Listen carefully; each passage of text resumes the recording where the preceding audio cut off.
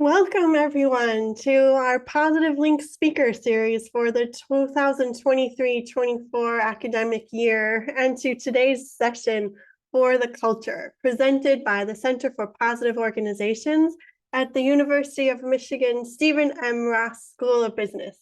I'm Monica Warline, Faculty Director of Engaged Learning and Innovation at the Center for Positive Organizations, and thrilled to be your host for today's session. A few notes on the technology we're using before I introduce our guests. During our event, if you've joined this webinar, you are a view-only participant, which means that we cannot see you or hear you. We've turned off the chat and raise hand features so you can sink in and learn from our wonderful guests today. If you would like to ask a question, which we encourage, please use the Q&A feature on the Zoom panel to submit questions for your speaker. You'll be able to see the questions others are asking using the Q&A feature, and you can upvote those that you would most like to have answered, time permitting. This is something I'm sure that Marcus will love when we crowdsource the best questions that have the most energy in the audience. We have enabled live transcription services for our event, and this feature can be turned on or off at your discretion using the Zoom settings at the bottom of your screen. Lastly, we're recording this event. We will post this video on the Center for Positive Organizations website as soon as possible after the event, and we thank you again for joining. I have a few appreciations to offer. First, to our Positive Links series sponsors. The Center for Positive Organization thanks the Sanger Leadership Center, the Tauber Institute for Global Operations, and the Samuel Zell and Robert H. Lurie Institute for Entrepreneurial Studies for their sponsorship support of our 2023-24 Positive Links speaker series. Thank you so much to our partners and also to our promotional partners who help spread the word and bring our series to a new and diverse audience. We'd like to thank the Ann Arbor Spark and the Managerial and Organizational Cognition Division of the Academy of Management for being series promotional partners for this series. And having extended those appreciations and warmed you up with all you need to know about our Zoom technology for today, it's my thrill to invite Marcus Collins to turn on his video and join me on stage. What a delight that I get to introduce you today, Marcus. It's so incredible that we have your time today because I know you wear a lot of hats. You are an award-winning marketer and cultural translator, former chief strategy officer at Wieden and Kennedy, New York, where you worked with so many culturally recognized firms, celebrities, and campaigns. Now, I'm delighted to say a professor of marketing at the Ross School of Business, and which allows me to call you my colleague. Thank you so much. And one of Advertising Age's 40 Under 40, as well as a recipient of the American Advertising Federation's induction into the Hall of Fame. Congratulations on that. Most recently, of course, author of For the Culture, this book that I was just delighted to read and so glad to talk with you about today. And if I had to choose a word out of all the words that I could choose, looking back over many interviews that you've done and being with you at events where you've joined the Center for Positive Organizations in the past, I would say the word is dynamic. You just light up the room, you light up the Zoom. We're so glad to have you today. Thank you for joining us. I'm super, super grateful. Thank you for having me. This is an honor and a privilege to be with you. So Marcus, in For the Culture, which I hope I can quote back to you several times because I learned so much by reading this book, and I want all of our audience to buy one and read it and share it with people. You say that you wanted to write the book you wish you had had when you started out. So for those of our audience who haven't had the chance to read it yet, would you just give them a window into what you're trying to do in this book?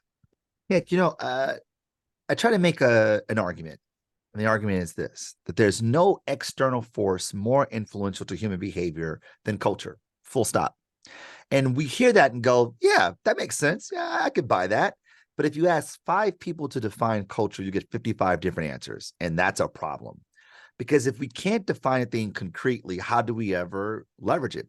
Right? If we don't have a good Rosetta Stone to describe a thing, it becomes almost impossible for us to operationalize it with any sort of sustainability and any predictability. So I thought that I would venture to write a book that helps provide perspective and language to describe the thing that we navigate in our day-to-day lives that influences us in almost every aspect of daily living, but also provide some tools by which we can harness its power and charge the reader with some accountability. That now that you have this understanding and you have these tools, realizing you now have responsibility, in the words of Ben Parker, with great power comes great responsibility. Yeah. And that's what the book ventures to do. And as a practitioner in the marketing space in particular, I feel like I wish I had this perspective way back when. So I think not only would I have been a better advertiser, a better marketer, I think I would have also been arguably sort of just a better person. And that's the ambition Yeah. writ large. Yeah. Well, if we start at the beginning with your definition of culture, you spend the whole first chapter laying out a 3-system definition of culture. And I actually appreciate that so much about the book because we all have a folklore understanding of that word culture, as you say. And in the organizational world, we have our own technical definition of organizational culture. So to get us all into the same discourse, would you tell us a little bit more about how you define culture and this rigorous 3-system definition that you bring to the table? Happily. So the majority of my literature sits in the world of sociology, just like where my academic repertoire is really heavy in sociology. So I tend to look at culture through a sociological lens, particularly the founding fathers of sociology, Emil Durkheim in particular. And Durkheim talks about culture as this system of conventions and expectations that demarcate who we are and govern what is acceptable behavior for people like us, right? So it's a system that helps us carve out our place in the social world and also establishes what's acceptable behavior for people like us. And about half a century later, a gentleman by the name of Raymond Williams sort of puts more sort of rigor on that, like puts more definition on that. He talks about it as a system of systems that's anchored in our identity, who we are, how we self-identify, the monikers by which we which we demarcate our place in the social world. And because of who we are, we have a set of beliefs, ideologies. This is a shared acceptance of what is true. And the ideologies are the stories that we tell ourselves about the world because of said truth. So because of who we are, we see the world a certain way. And because we see the world a certain way, we navigate the world in a shared way. The artifacts that we don, the behaviors that are normative, the language that we use, right? These things become outward expressions of inward beliefs. Because of who we are, we see the world a certain way. We share a way of life. And ultimately, we express ourselves through shared work, or what we call cultural production. This is literature, film, music, television, comic books, podcasts, and brands and branded products. They become ways by which we express to the world who we are, but also reflect what people like us ought to do because they socialize meaning. And the alchemy of these systems or systems of systems, they make up our culture, the conventions and expectations that govern what people like us do as an operating system of sorts that helps us apprehend the world, translate the world through these cultural frames, and ultimately decide what's acceptable behavior for people like us. So powerful when you distill it down to that phrase and that question, what's acceptable behavior for people like us? I really think you help help us get our grip on a very slippery term that a lot of us use without understanding it deeply. And I know that in our audience at the Center for Positive Organizations, you have a lot of change makers in our audience. You have a lot of organizational leaders who come from a positional authority and want to influence their culture, but they probably don't think of themselves as marketers per se. And so when you're coming from that frame, how do you help the organizational culture people grab onto what you have to offer? Well, I'm a believer that whether or not you have marketer in your title, you're a marketer. Because what is marketing? Like, marketing is the act of going to market. And we go to market in an effort to get people to adopt behavior. Don't buy this, buy that. Don't wear his shoes, wear my shoes. Don't vote for him, vote for her. Don't go see his movie, go see their movie. Don't sign up for his newsletter, sign up for their newsletter. Everything we do as marketers is to get people to adopt behavior. And I would argue that anyone with the vested interest in getting people to move, you are a marketer. You bring something to the market. You bring something to the people in an effort to get them to adopt behavior, whether it's buying something in a commercial or an economic sense, or whether it's adopting to a policy, right? Or whether it's getting people to vote, whether it's getting people to wear a mask or takes a vaccination, right? What we see is consumption culture is driven by the same mechanisms as organizational culture, which is driven by the same mechanisms of societal culture. In many ways, they influence each other, right? What we consider to be expected and conventional in society informs how we show up in our organizations, which also informs how we consume and vice versa. So the moniker of being a marketer, I feel, is an open door.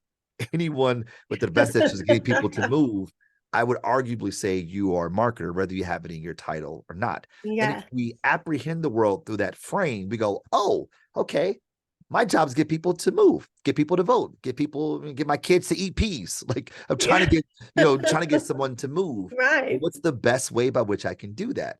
Well, the most Yeah. powerful external force that does that is culture. It becomes a cheat code, if you will. And the better we understand it, the more likely we are to leverage its power.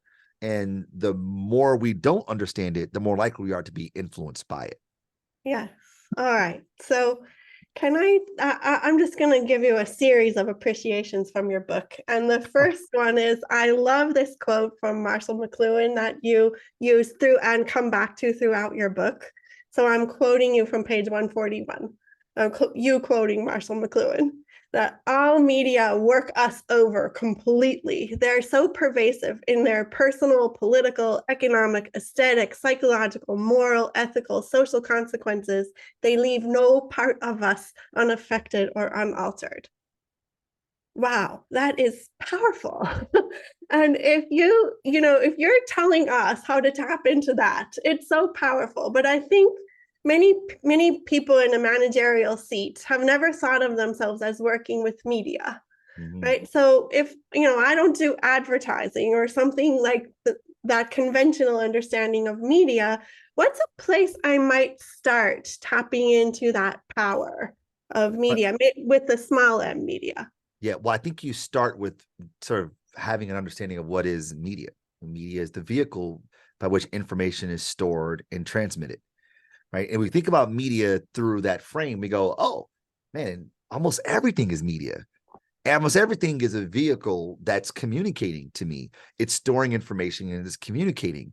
Well, what is the information that it's storing is when things become interesting, right? Because there is an intended meaning that the communicator, the sender of said messaging is trying to say. But Yeah. then there is an interpreted meaning that the receiver translates. And many times, oftentimes, those things are not congruent. And we see this in marketing communications. When an ad goes in the world, you go, why would anyone make this ad? This is terribly offensive, or this is whatever, whatever pejorative we have associated with it. We see it in organizations as well, where the manager talks to a direct report in a certain way, and the direct report feels offended. Well, the manager just says, I was just trying to be clear, right? I was just trying to be concise, but they saw me as being prickly. That is, what I intended to mean is not analogous with what was translated, and therefore we find ourselves in an incongruent state, right? This happens all the time with me at home. My wife says, hey, can you change the dishwasher? And I go, yes, dear. And she go, why you say it like that? I go, I said yes. She said, that's what your face said. Your face said something different. Right. So what we communicate both implicitly and explicitly are being translated by the people in which we're communicating. And this is where the important part of culture comes into place, because we translate things through these cultural frames, through these meaning making frames, right? For some, a cow is leather, for others, a deity, and for some, it's dinner. Which one is it? It's all those things, depending on who you are. For some, a rug is decor. For others, it's a souvenir. For some, it's a place of worship. Well, which one is it? It's all of those things. So when we are communicating, right, when we are the vessels of meaning by which we are storing and transmitting information, we have to understand that the media in which we are communicating is being translated through the cultural frames of the people. And those frames are being influenced by all the many media that those people, that person is experiencing. And the convergence of all those things have an incestuous relationship with each other, that one is informing the other, whether you're intended on that or not. So as a manager, you are media. You are communicating in both an implicit and explicit way. So my advice to you is to be very intentional about your communication, realizing that your intent is not what people are going to hear. It's not about what you say, it's what people hear.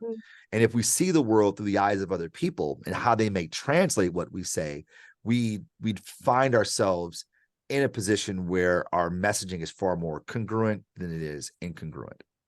Yeah, thank you. I love that idea of starting with the words that come out of your mouth right now, right, as the place to start with this big abstract notion of media.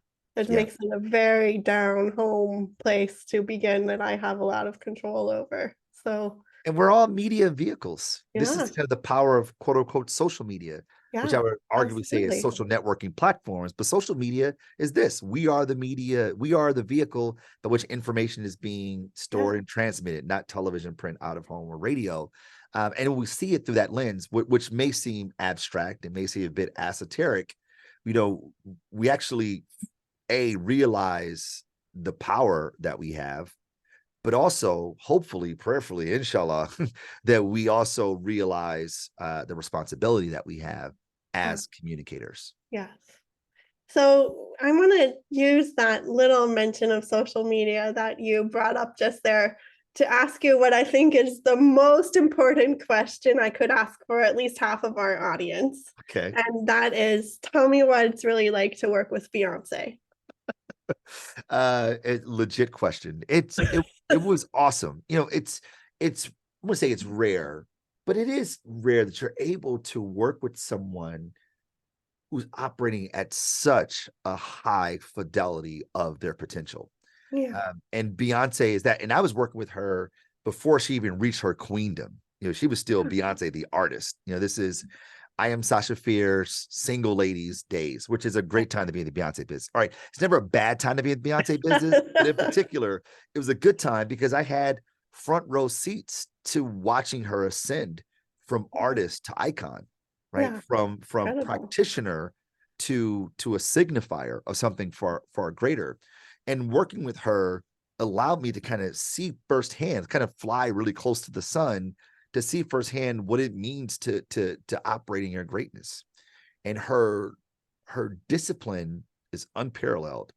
Yes. But what was most impressive to me was that her humanity.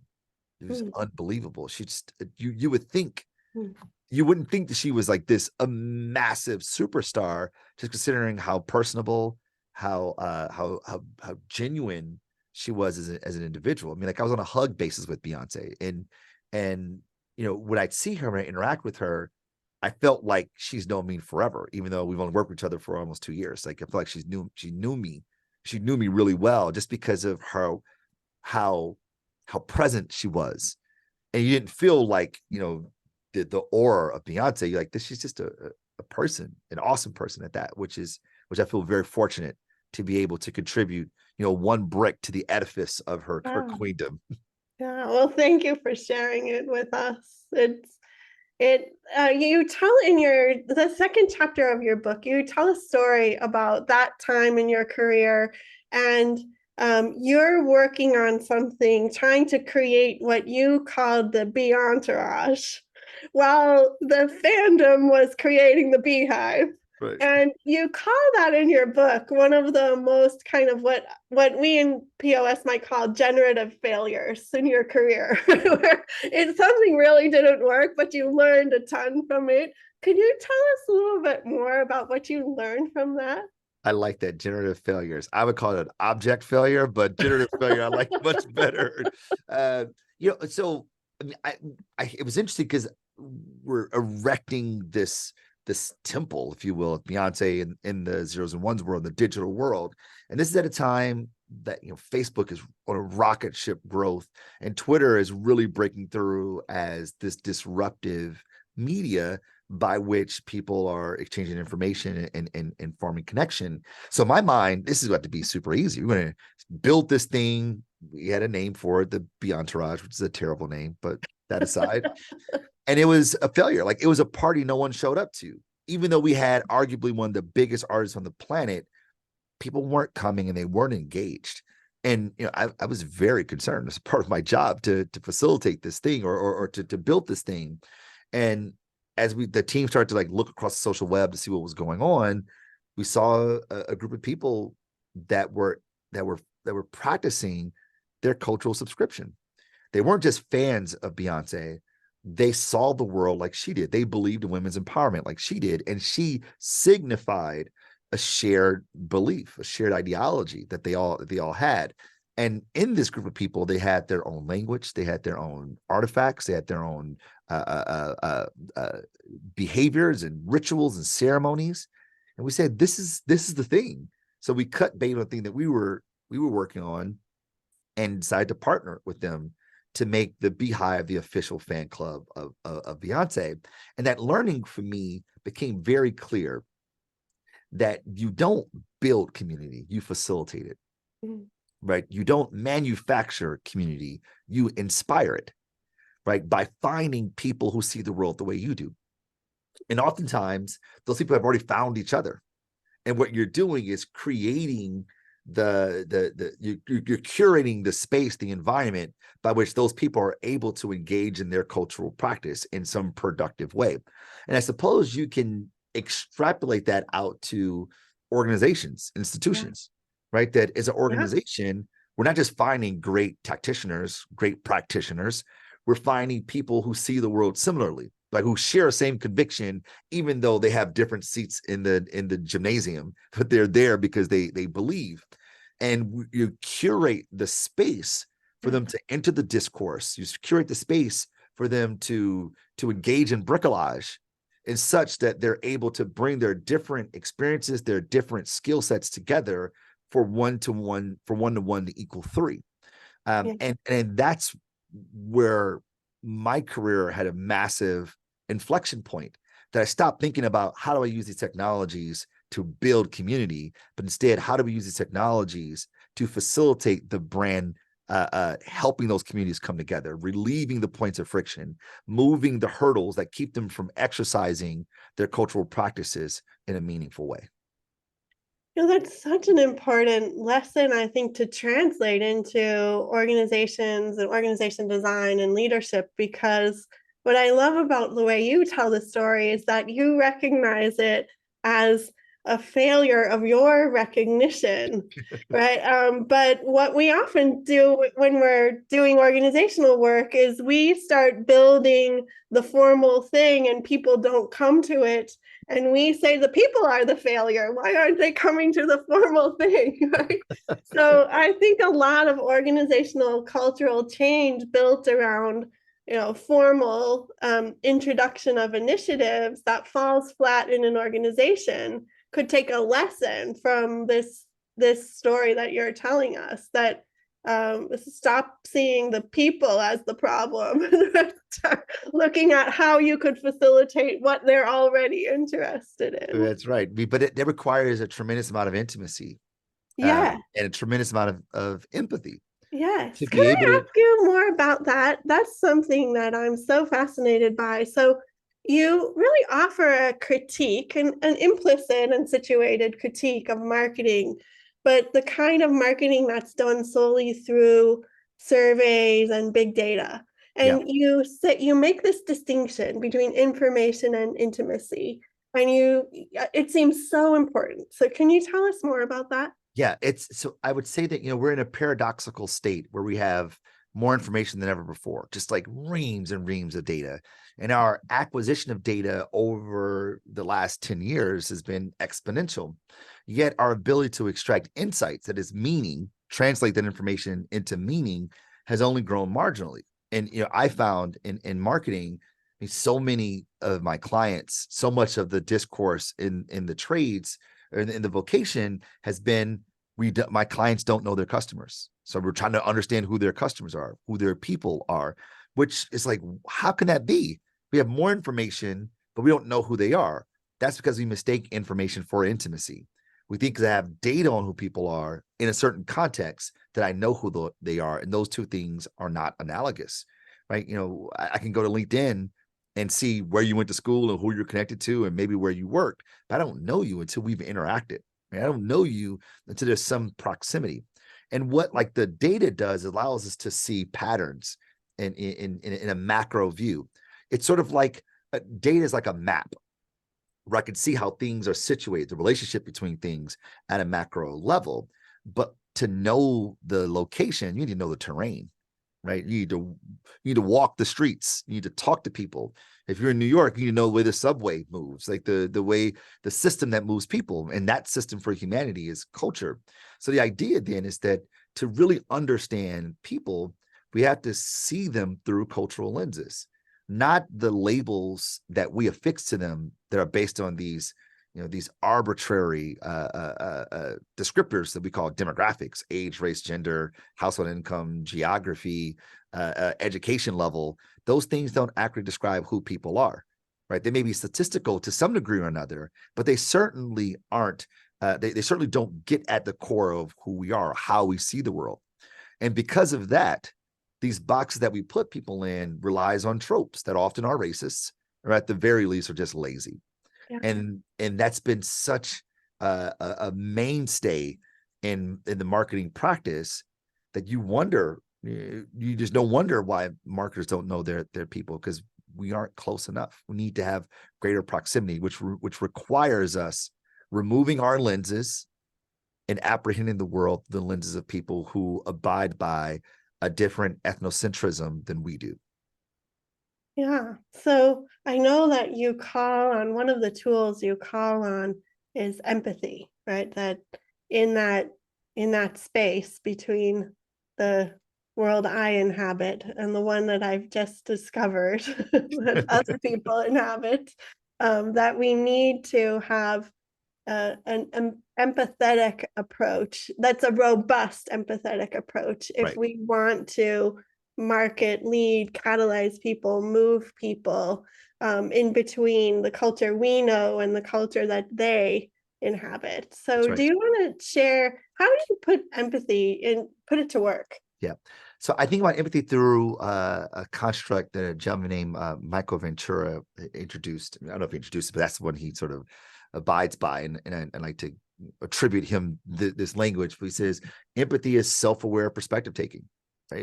It's seeing the world through other people's lenses and making meaning of it.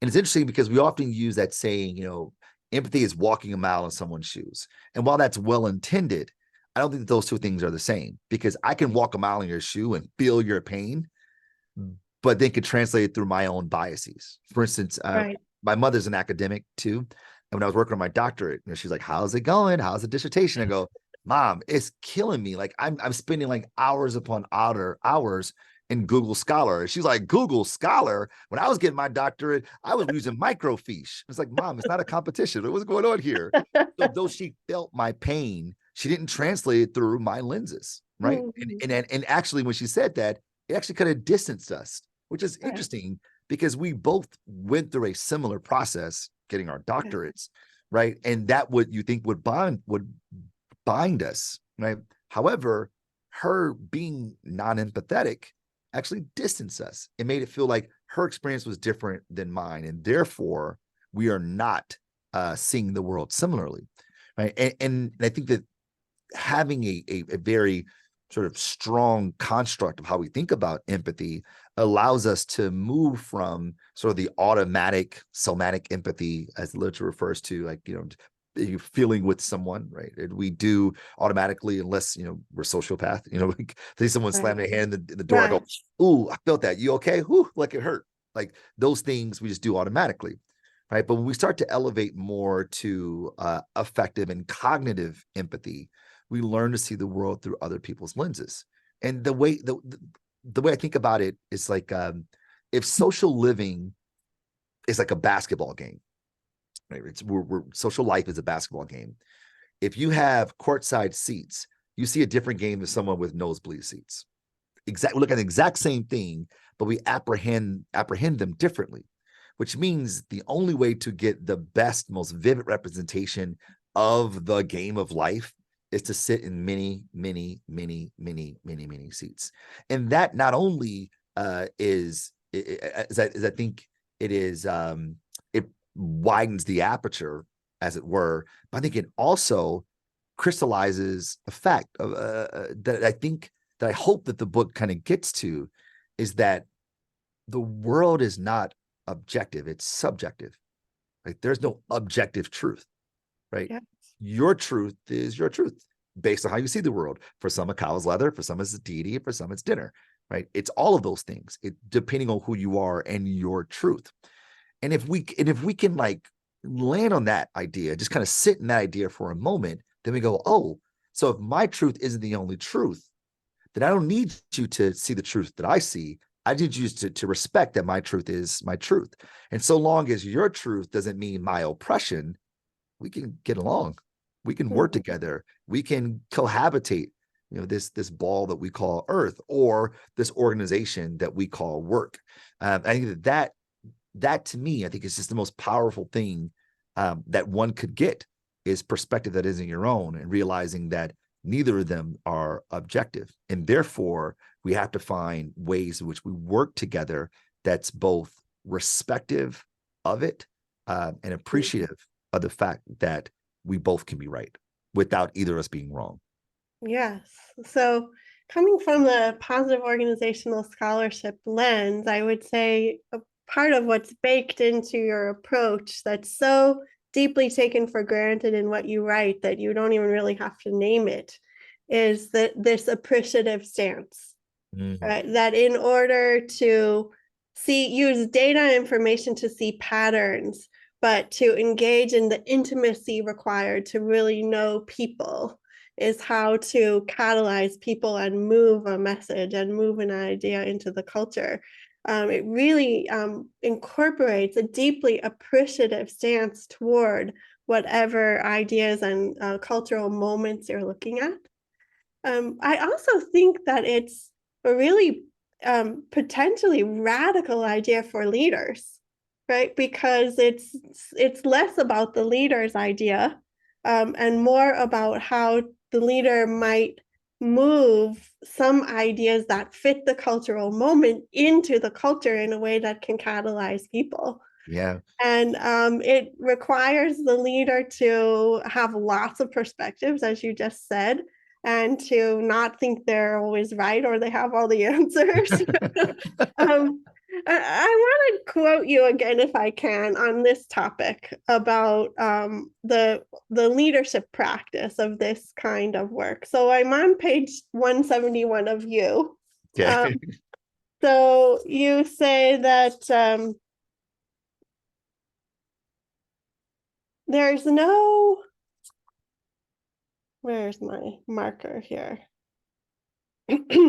It takes a lot of courage for people to get on stage and share ideas or put music into the world or release a film or send a tweet, knowing that their intended meaning might not be what people interpret.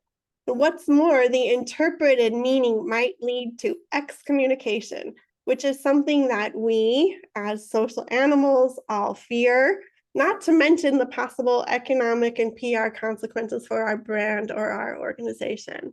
And I think we have all seen this, cultural excommunication in many kinds of ways, but organizationally, a leader who might be striving from an honest place to catalyze a good idea, presents it in a way that's a cultural fail. And the price of that is the leader's head, right? And the market share or worse. And so you're calling on leaders to do some pretty courageous action here. How do you coach them into doing this? Well, I think what it requires is grace. And I think that grace has to be a part of the operating system. It has to be a part of the cultural characteristics of the group.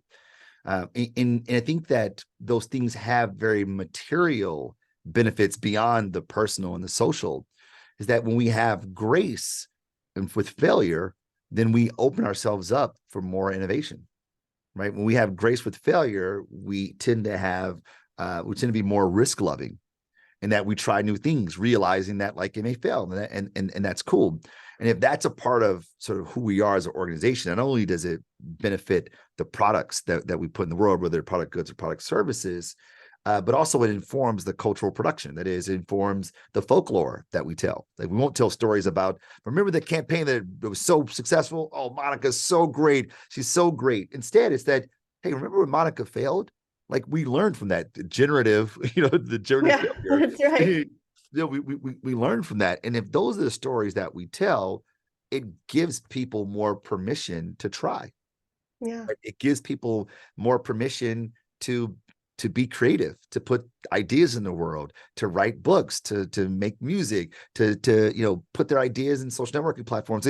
It gives us more license to just give it a shot. And Yeah. I believe that there's so much in us that we could all benefit from, but people are afraid to share it because of the consequences, the social consequences of doing such. And therefore we miss out on some of the greatest ideas, some of the smartest recommendations. The person in the room is afraid to say it because they don't want to be wrong or look like an idiot in front of their peers, so they say nothing. But if the space is encouraging, people feel more inclined to give it a shot. I think about it. I use a lot of religious connotations in the book, just because that's the Durkheim, Weber, and Marx, they observe religion to study culture. Right. And you see this in a lot of churches. If when someone makes a mistake, the congregation says, "Take your time, baby, take your time." It's all right. That's all right. I mean, and what a loving environment. Yeah. I think the same thing should kind of go when we think about organizations, whether you're a leader, the top of the org chart, or you're at the very bottom. It is a Yeah. place of grace. Right. I think that it allows for so many benefits that not only drives the business forward, but also make working there a much more enjoyable place. Yeah, we need to move more of that into the popular culture as well, Marcus. So would you get busy doing that, Steve? I'm working on it. It's tough. It's tough. Tough. I don't know if Twitter X will let me do that again. I want to ask you about something that builds on the grounding in religion that you offer in your book, and religion as a place where we can learn about these dynamics. And this is on page 77, you say something that's so near and dear to my heart. Instead of trying to convince the non-believers, what if we activated the collective of the willing, right? Those who already believed. And I know when I teach and when I talk with other people trying to do the change agent work, there's a common accusation leveled at us that we're just preaching to the choir. Right. And you have a theory of change that says preach. So would you tell us why preaching to the choir isn't really such a bad thing? Yeah. Well, if our job is to get people to move, then finding the people who are most likely to move makes a ton of sense, right? That's sort of the lead bowling pin, if you will. And everything we know about how ideas spread in the population, it propagates that way. It starts with a fringe group of people, and it begins to reverberate in the population till it becomes normalized, right? If you think about the normal curve, the Gaussian curve, that's a representation of the way things how value is distributed in a population. The majority of people are in the middle, right? They're in the middle of the bell curve. And the more in the middle you are, the more normal you are. And there's social pressures pushing on you, telling you to be normal. That's why if that curve is higher, we say it's very, very normal, not as distributed, right? And those social pressures is culture.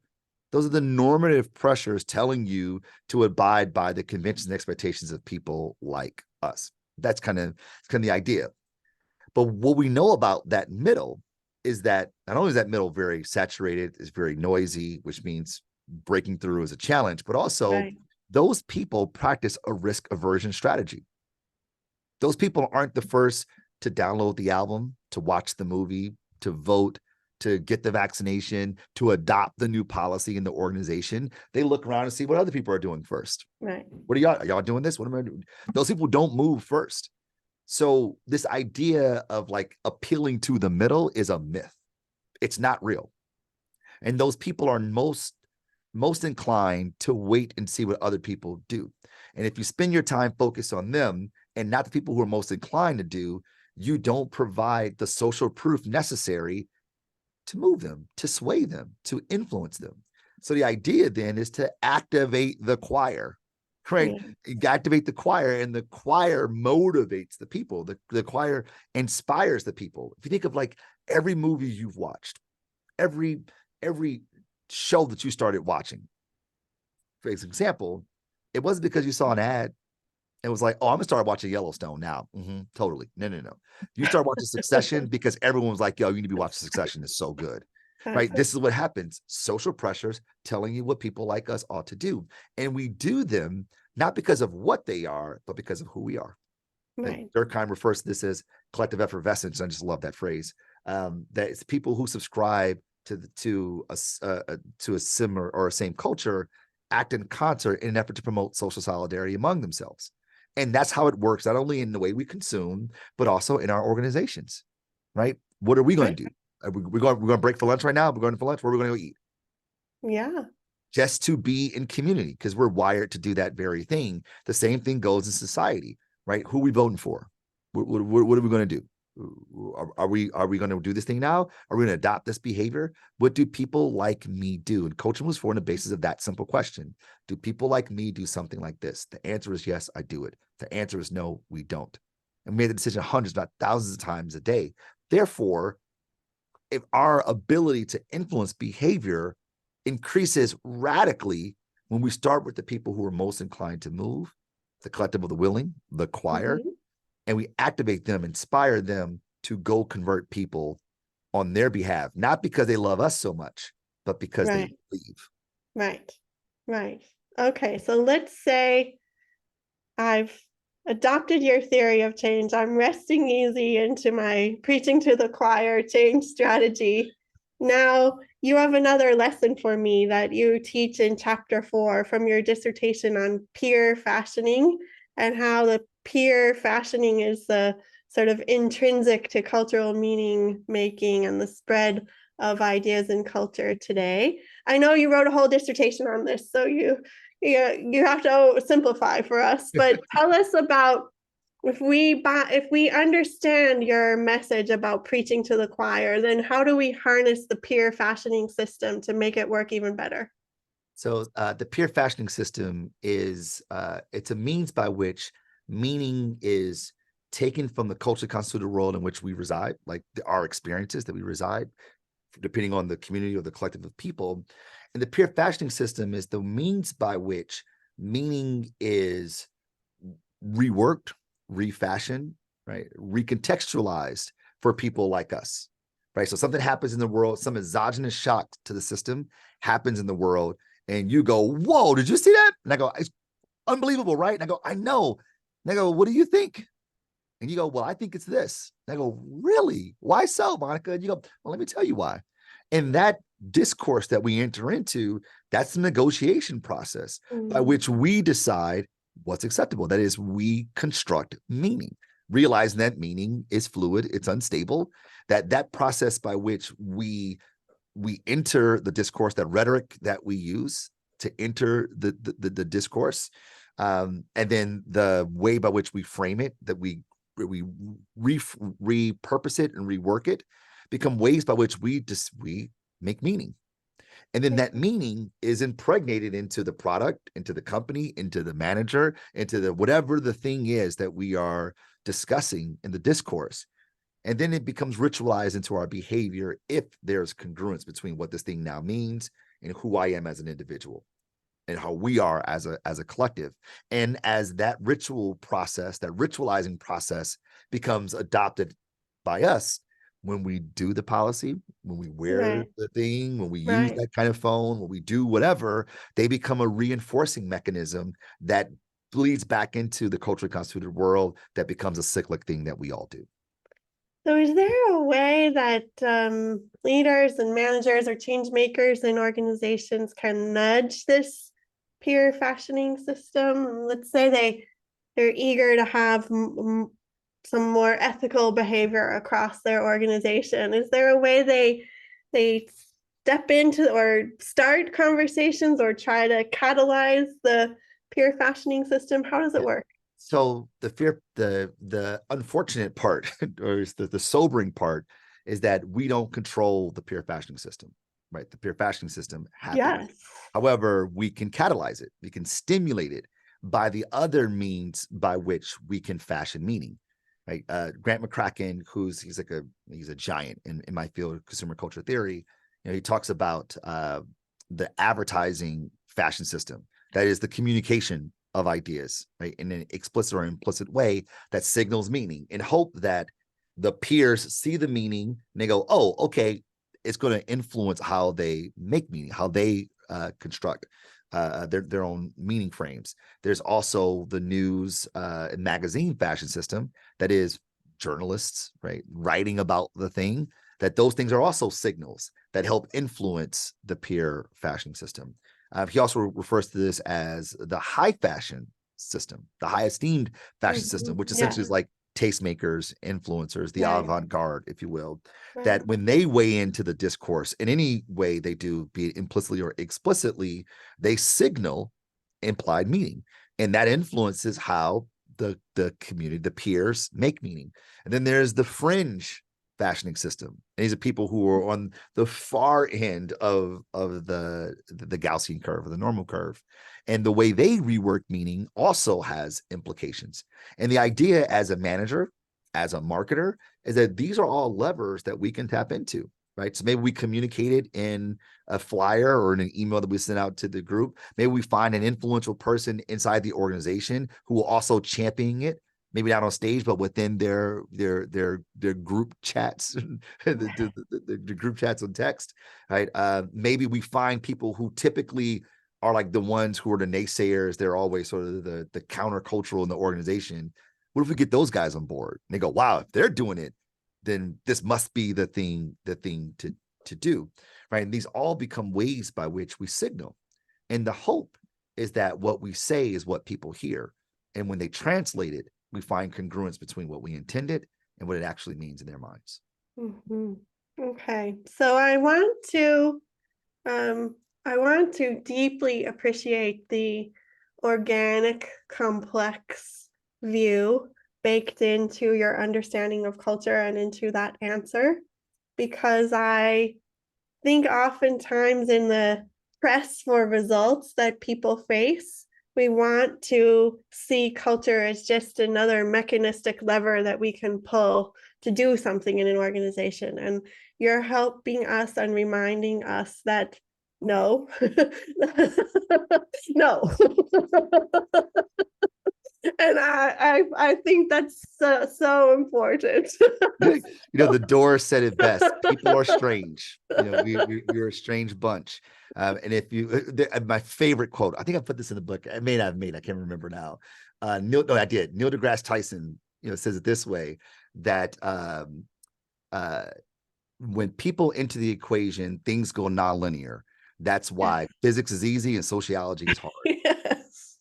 We are complex. I love that one too. Yeah. We share that in common. Yes. So I'm going to follow on the heels of that with a question from our audience. And as I do that, I want to invite those of you listening, if you have a question you'd like to pose, to put it in the Q&A feature of Zoom now. So a question from Kieran Lenz that has a lot of upvotes. I love how you said we don't create culture, we facilitate it. We don't create community, we facilitate it. And just now, right? We don't create the peer fashioning system, but we can catalyze it in some ways. So Kieran's question is, what are some ways we can help facilitate community and catalyze these dynamics? I tell my students this way: you identify points of friction and relieve it, right? You identify the pain points, the things that keep them from realizing their cultural practices, right?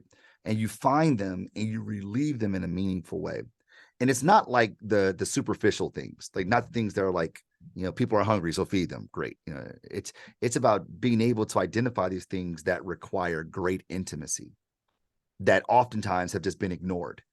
And when you identify it, people go, I feel seen. Wow, thank you. Good night. Like, talk about appreciative stance. Like, thank you. Good Lord, you saw me.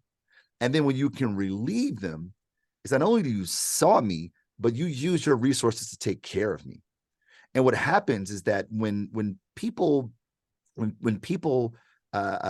feel that kind of connection, they go preach the gospel on your behalf, right? You make a remarkable experience, i.e., an experience worthy of a remark. And they go tell other people. And they go, man, I rock with Monica, man. Like, she took care of me. Good night. Like, she noticed the thing and she fixed it. Like, I'm a fan. And that person will support you in the rooms where you're not in, right? They'll be champions of you. They'll be the ones more willing to give your new policy, your new idea a shot. Not even just because of the merit of the idea, just because of you, right? And that's a really, really powerful thing. And this is, Wayne Baker, our colleague, talks about this idea of like, reciprocity being the engine of community and organizations. It's like, if you want to tap into culture, as we say in the colloquial, or you want to be a part of a community, contribute to it. Identify points of friction and relieve it. Right. There's another question in the audience, Marcus, about coming back to this idea of meaning congruence and how difficult that can be in organizational change work. So the people doing the messaging can be intentional, but how can they do more to ensure that the message is received in a way that they hope it might be, or that it's congruent with the cultural frames they want to speak to? Yeah, that's why I have a job in advertising, for that very reason, because it is very difficult. It's very difficult. It certainly is. It's so difficult. In some cases, it's this. Like, oftentimes we do market research to get a sense of who these people are. And in my field, we rely very heavily on ethnographic means, because that methodology has at least historically been the way by which you observe culture, right? Not like other methods of research, but when the culture, you have to like do it ethnographically, right? Immerse yourself in the cultural contexts of the people and extract meaning. So in that way, you are the research instrument extracting meaning. And as you extract meaning, you go, okay, I see how they see the world. And if I say it this way, oh, they're going to have my head. So I need to make sure I say it that way because I know them, right? And I think of it, I often, poke fun of my wife, much to her chagrin. Like I know if I want to say something to my wife, I'm like, Alex, I'm not going to say that because she's going to lose it. And I only know that because I know her. And I think that's what it requires, is knowing the people intimately. And we either do it through research or we just do it through proximity, because we work with them, we talk with them, we engage with them, we are a part of the community with them. There isn't this sort of bifurcation between us and them, that we're a part of it. We're living in it with them. And because of our closeness, because of our intimacy, we can say, not the best idea. Let's not do that. Let's do it this way. And it increases the likelihood of meaning congruence. Now, here's the best part, that when we are connected, when we have connection, people are more inclined to give you grace. Yeah. So when you say the wrong thing, you can say, "Oh, I'm sorry, I didn't mean it that way. My bad." You go, "Okay, cool, all good, all good." Right. Right. Right. So this relates to a question posed by Emily in our Q&A panel, who says that um, if you're thinking of doing this work in a large corporation and it's not possible to be connected intimately with your customers in that face-to-face knowledge way that you were just describing, what are some other mechanisms of developing this intimacy that you talk about? And I was completely delighted, Marcus, I just want to say, to watch you develop the argument in your book for marrying ethnography and netnography with big data and analytics. And I think that's such an important point for people to understand. I don't know if that's how you'd answer Emily's question, but Yeah. but I hope it is, because it's such an important argument you're making to the field. So how do big organizations and big corporations develop this intimacy you're calling for? Yeah, you just did it. You just did it.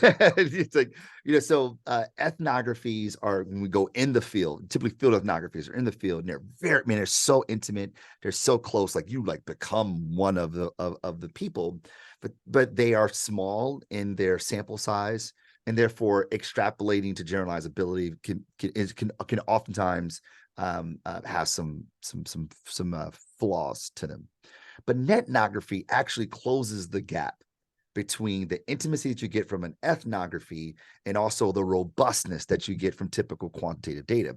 And netnographies are online ethnographies. They're ways by which we're able to observe people practice their cultural subscription unobtrusively and observe them at a massive, massive clip. So like my PhD work, my doctorate work, I did a netnography. And in that netnography, I had like 12.6 million lines of exchanges.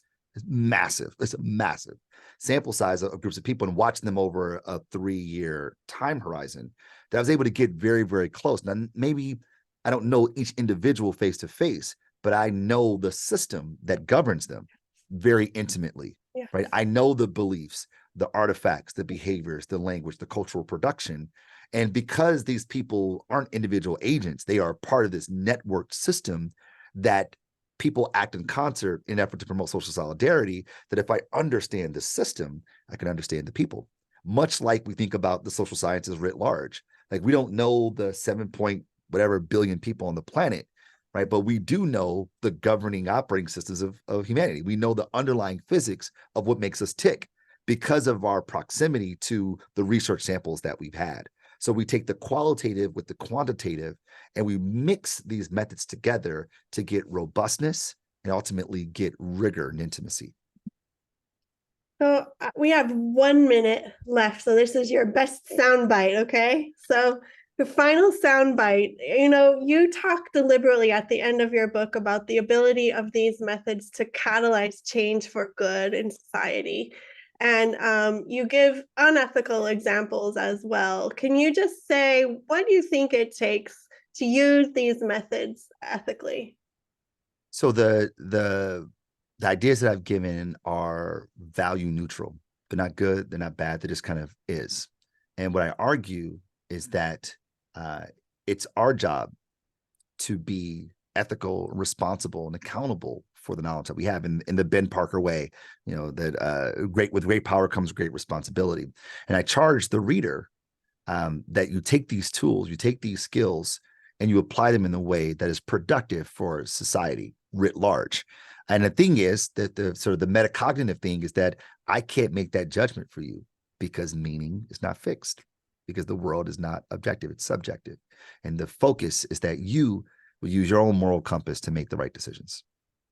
There's so much rigor and excellence and so many good ideas in this book. I just encourage everyone watching to get a copy and dive in. Thank you for being with us today, Marcus. It was a delight to have this conversation with you. I am so grateful and so appreciative. Thank you, thank you, thank you.